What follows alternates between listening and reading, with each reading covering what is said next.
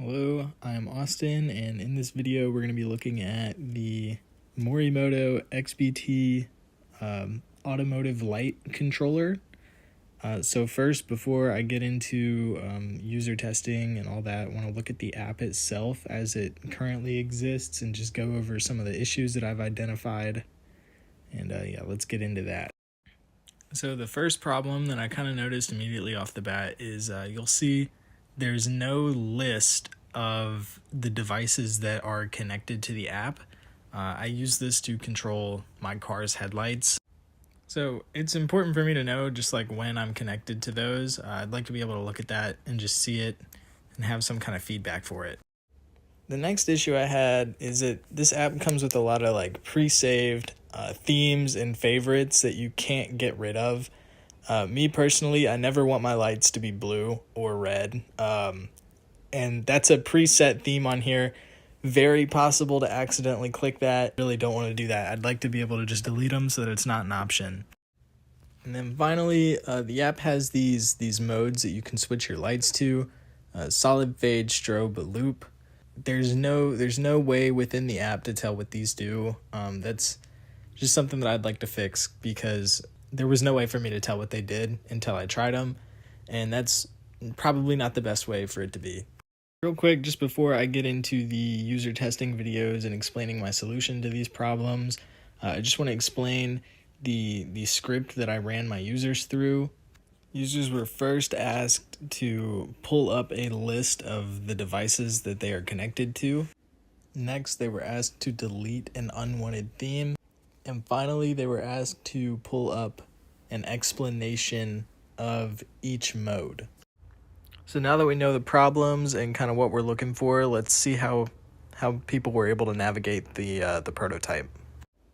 So this is the first user after being asked to pull up a list of the connected devices. Pretty much got it right away. She didn't know that she could tap that button, but once she got it, the list is right there. Very, very plain to see. Something I did notice is that there was a little bit of trouble trying to close the menu. She didn't seem to put together that she needed to click the hamburger again and was trying to like swipe it over, which is very natural. I think I maybe should have added that in the prototype. Now we're on to the second question where she was asked to delete a theme that she no longer wanted. Also pretty much got this right off the bat. Just clicked on the themes button and then saw the X and pushed that. And while I was asking this, I threw favorites in there as well, just to see if it was just as easy to get over to the favorites tab and delete one, and she was also able to do that very quickly.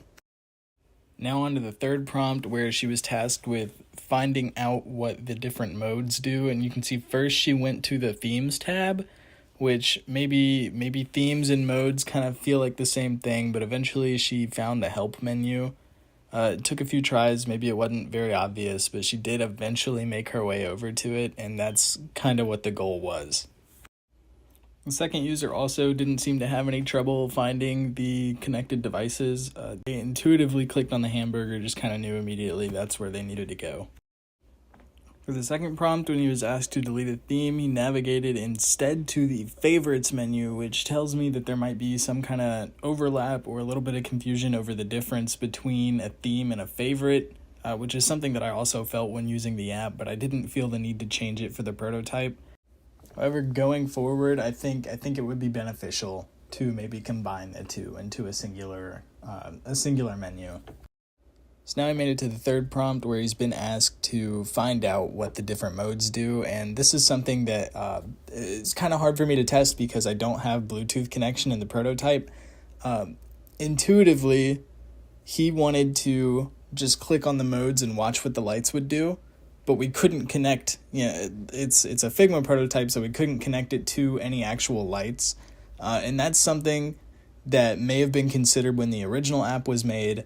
And maybe that's why there are no explanations within the app, but I still think that having an explanation or a help button somewhere would be beneficial. This also led me to rephrase the prompt for later tests. Just instead of saying, hey, how would you find out what these do? I rephrased it to be more like, you don't have any lights to try this out on, then what? So this is the third user on the first prompt. Went one menu in too deep instead of stopping on the hamburger, just maybe didn't notice it, and then clicked on the help menu. This could be because I neglected to reset the prototype from the last user testing session, and one of the connected devices was deleted. So with the second prompt here, pretty straightforward. She immediately figured it out. The themes and favorites seem to universally be pretty easy to navigate to and get rid of. Even though I did reword this question, the same thing that happened in the second user testing session happened again, where she just wanted to like click the strobe button and then watch what the lights would do. And that would work, but there were no lights. However, as you can see in the video, she did pretty much immediately after that make her way into the help menu, which is what the intended result of this was.